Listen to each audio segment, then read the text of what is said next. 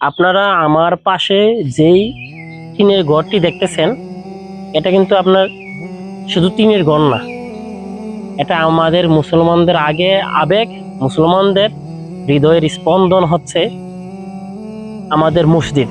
এটা কিন্তু আপনি টিনের ঘরটি কিন্তু মসজিদ। এই দেখতে পাচ্ছেন চতুর্দিকে মসজিদ, আপনি আপনাদের দেখাই, আসেন, এই দেখেন মসজিদ। এটা কিন্তু পুরো সম্পূর্ণ টিনের, কিন্তু এখানে কিন্তু আপনার দীর্ঘ অনেক বছর আপনার ইমাম সাহেব ছিল, এখানে নামাজ পড়াইছে।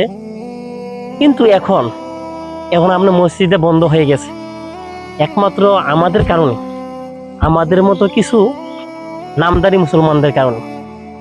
একজন ব্যক্তিও আপনার এই মসজিদের মধ্যে নামাজ পড়তে আসে না, ফজর, জোহর কিংবা আসর কিংবা মাগরিব কিংবা এশা, যত ওয়াক্ত নামাজ হয়। কিছুদিন মানুষ আসছিল, এখন আর আপনার মানুষ এই মসজিদে আসে না। যার জন্য দেখেন মসজিদে তালাবদ্ধ, দেখেন, এই দেখেন মসজিদে তালাবদ্ধ, যার জন্য মসজিদে তালা, এখন ইমাম সাহেবও নাই আর মসজিদে মুসল্লি নাই। তো আমাদের কতটা অধপতন হয়েছে আপনারা চিন্তাও করতে পারবেন না, যে আজ আজ আজ আমাদের মতো কুলাঙ্গারের কারণেই আজকে একটা মসজিদ বন্ধ হয়ে যায়। আমরা কি আজও মুসলমান হিসেবে নিজেদেরকে দাবি করতে পারি, নাকি আমরা আজও মুসলমান? আমি আপনাদেরকে মসজিদে দেখাচ্ছি।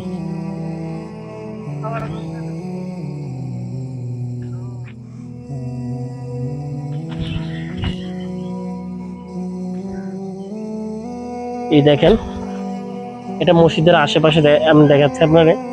এখানে দীর্ঘদিন ধরে মানুষ নামাজ পড়ছে, এই দেখেন।